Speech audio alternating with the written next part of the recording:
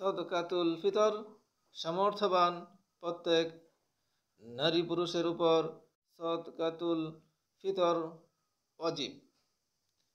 হযরত ইবনে উমর রাদিয়াল্লাহু তাআলা আনহু থেকে বর্ণিত, তিনি বলেন, রাসূলুল্লাহ সাল্লাল্লাহু আলাইহি ওয়াসাল্লাম প্রত্যেক গোলাম ও স্বাধীন ব্যক্তি, পুরুষ ও নারী, প্রাপ্তবয়স্ক ও অপ্রাপ্তবয়স্ক নির্বিশেষে সকল মুসলিমের উপর এক সা পরিমাণ 309টা খেজুর অথবা জব সদকাতুল ফিতর আদায় করা ফরজ করিয়াছেন। আর লোকজনকে ঈদের নামাজের যাবার পূর্বে তা আদায় করার নির্দেশ দিয়েছেন। এটি সহিহুল বুখারীর 1503 নং হাদিসের অনুবাদ বললাম। আমরা এর দ্বারা বুঝতে পারলাম যে সদকাতুল ফিতর সকলে আদায় করতে হবে। আবার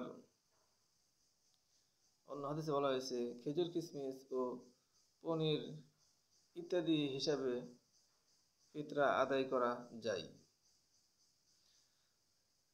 আবু সাঈদ খুদরি রাদিয়াল্লাহু তাআলা আনহু থেকে বর্ণিত, তিনি বলেন, আমরা এক সা পরিমাণ খাদ্যদ্রব্য আটা অথবা এক সা পরিমাণ জব অথবা এক সা পরিমাণ খেজুর অথবা এক সা পরিমাণ পনির অথবা এক সা পরিমাণ কিশমিশ সদকাতুল ফিতর বাবদ প্রদান করতাম।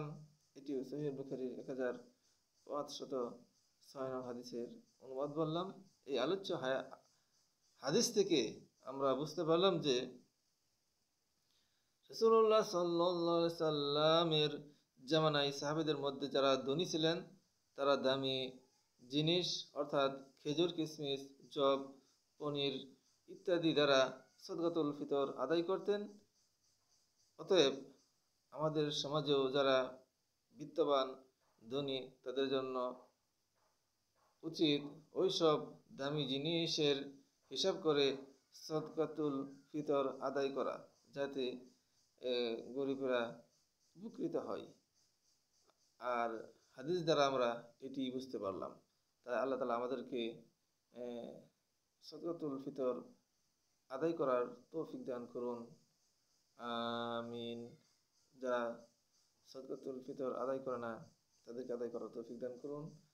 আর আমরা যারা আদায় করি, আল্লাহ তাআলা যাতে আমাদের এই সদকাতুল ফিতর কবুল মঞ্জুর করে নেন, আমরা আল্লাহর কাছে সেই দোয়াই করি।